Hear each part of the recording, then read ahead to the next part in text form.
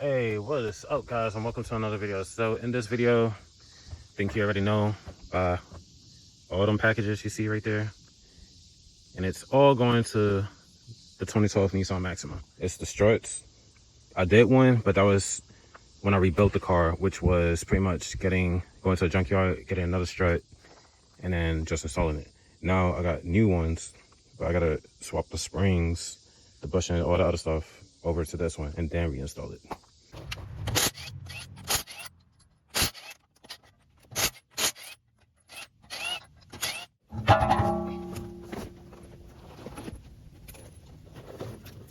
All right, you're gonna need a 19 mil wrench for the backside, and then you are going to use an 18 in the front. All right, gonna pull this up. Be careful, this is your wheel sensor. Just pull it out like so.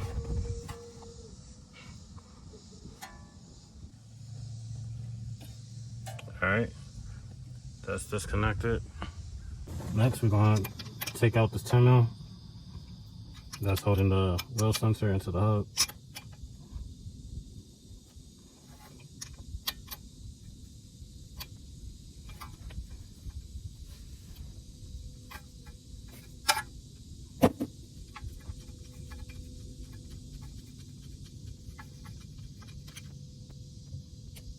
Pull out the sensor, unwrap it from around the strut and let that dangle.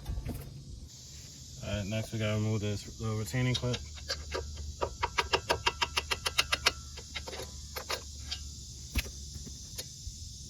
And then push down and pull that away from the strut. Now we're gonna need two 21 mils, one on this side and one on that side. We're gonna take out these two bolts.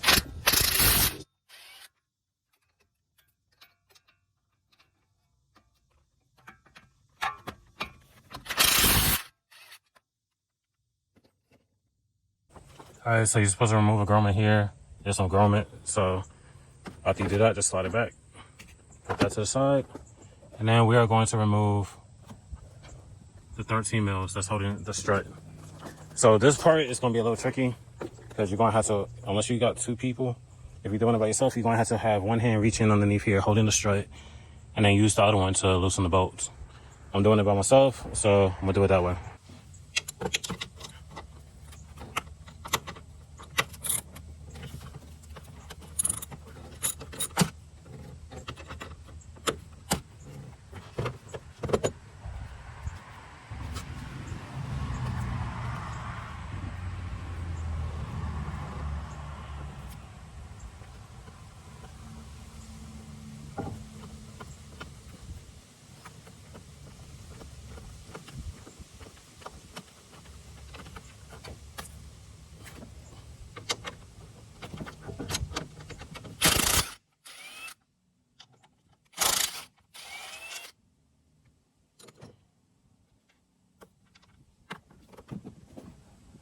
All right. And if you didn't know, it's 1, 2, 3. All right, now this is my first time doing this on the Nissan Maxima, so I'm not sure if these got any preload or anything. So I believe you can rent these at AutoZone. These are my personal ones, but just for safety, I'm gonna do this. Put one on each side. Last thing I need is for it to shoot.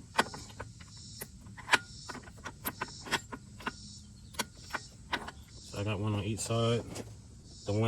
My personal one is 19, so I'm gonna tighten each side to relieve any pressure that could be on this portion.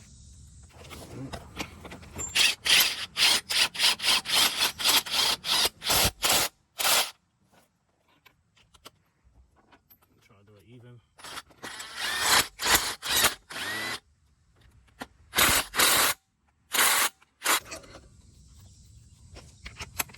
All right, this bolt's 18.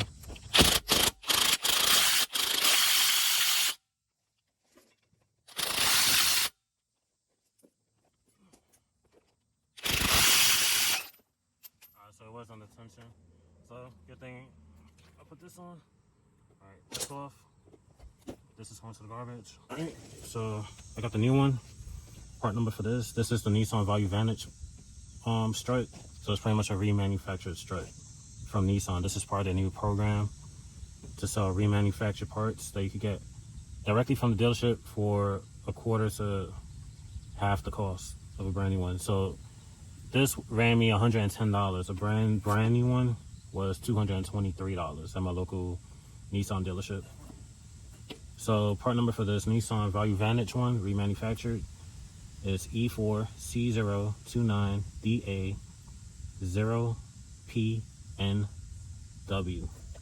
So what we're going to do, this is for the passenger side. Everything I see on the old one is getting transferred to the new one. Now this has a little lip, and that goes onto this lip, so it locks into place. That's everything we need from that one. So this one can get tossed out. This, the core goes directly in the middle as it was originally. We're gonna put this back on. You want to lock the bottom, well,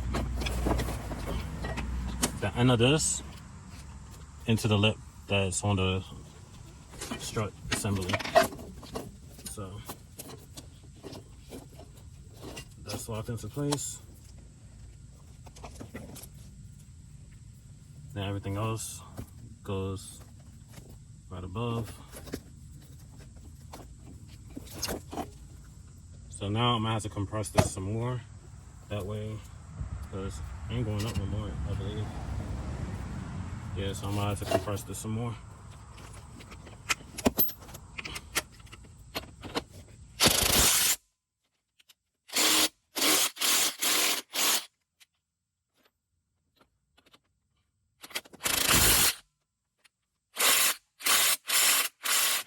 Alright, so this is either 5 or 4.5 metric hex. I don't know which one is what because I'm missing some, but it's one of those two. So you're gonna do this to tighten it.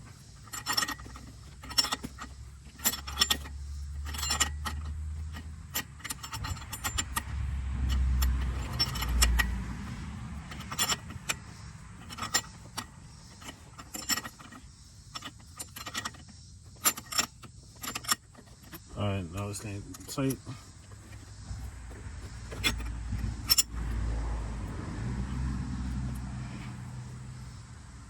I don't know if I can hit it one good time with the impact.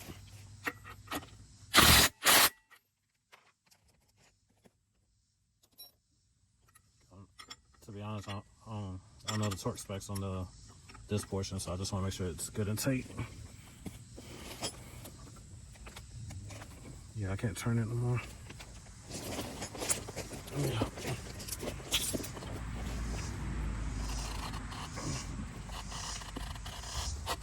Yeah, that should be tight enough. Oh crap, I think it was I ain't damaged it. Last thing I want to do is damage the threads in there or damage the hex. So I could still turn this so I could take off these. I can't remember what size it was.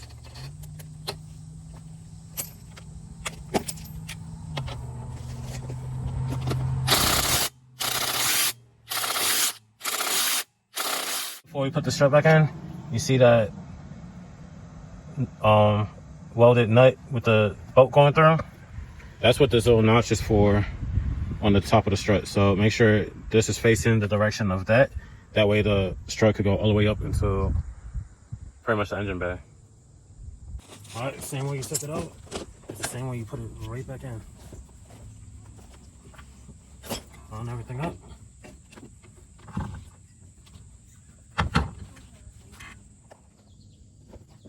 All right, and then if you're doing it by yourself, make sure you got one hand holding the strut and try to line the hose up.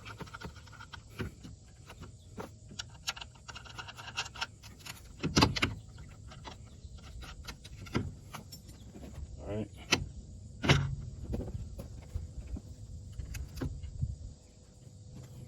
right, so this is dusty, so I'm looking where the bolt, well, the washer, pretty much where you see the marks at, on where each bolt was. That's where I'm gonna turn the strut, so the bolts can match perfectly where they at originally when I took them off. That way I don't have to be doing any guessing. So set your back right there, and I'm gonna work to getting these perfectly lined up to where they once were. Same exact position. I guess this is where I could say a dirty car, well, dirty engine bay helps, because in this situation I could tell exactly where the bolt was, and I'm putting it right back exactly where it was before I first took it out. All right, so I'm gonna keep it tight. Well, I'm gonna hold the strut in place while it moves the hair. All right, there we go. All right, that one's exactly back to where it was.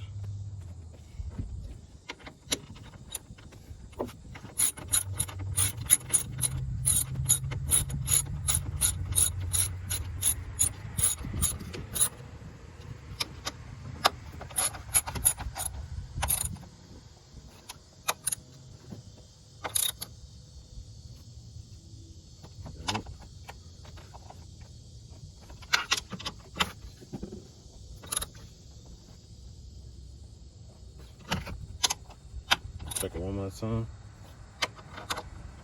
I got my thumb on the base and I got my hands on the handle. So I'm pretty much putting the same amount of pressure. If you've been doing cars for a long time, you could tell. But if you're new, I'll try to find the torque specs for these bolts and I'll put it in the description, because I know some of y'all need that torque specs. All right, hopefully that light helps. So now I'm gonna line these two back together.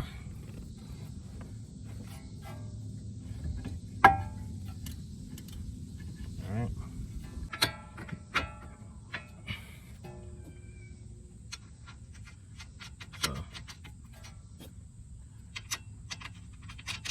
So correction with how it is mounted on the brand new strut. The nut is on the front side, which is going towards the front of the vehicle, and then the bolt is facing the rear. All right, now we're gonna tighten.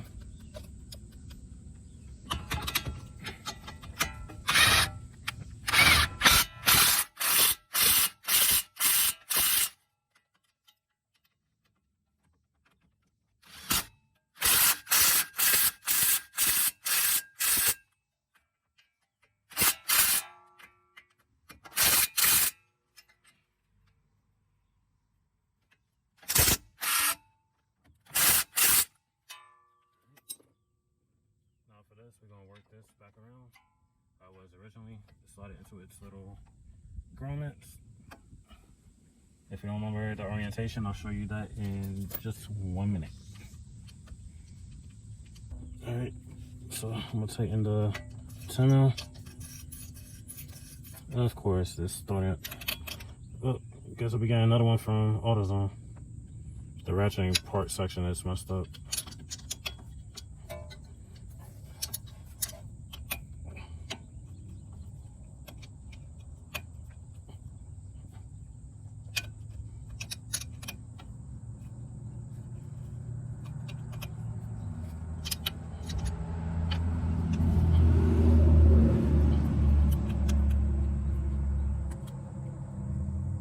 All right, that's tight. All right, now we're gonna jack up the lower control arm. You wanna have the jack right in this section, the rounded portion.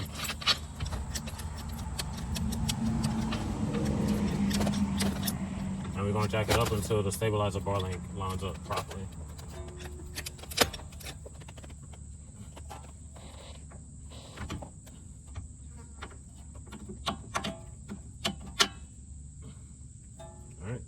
Now we'll put the other nut in. Just want to jack it up until the top portion of the stabilizer bar link goes directly through.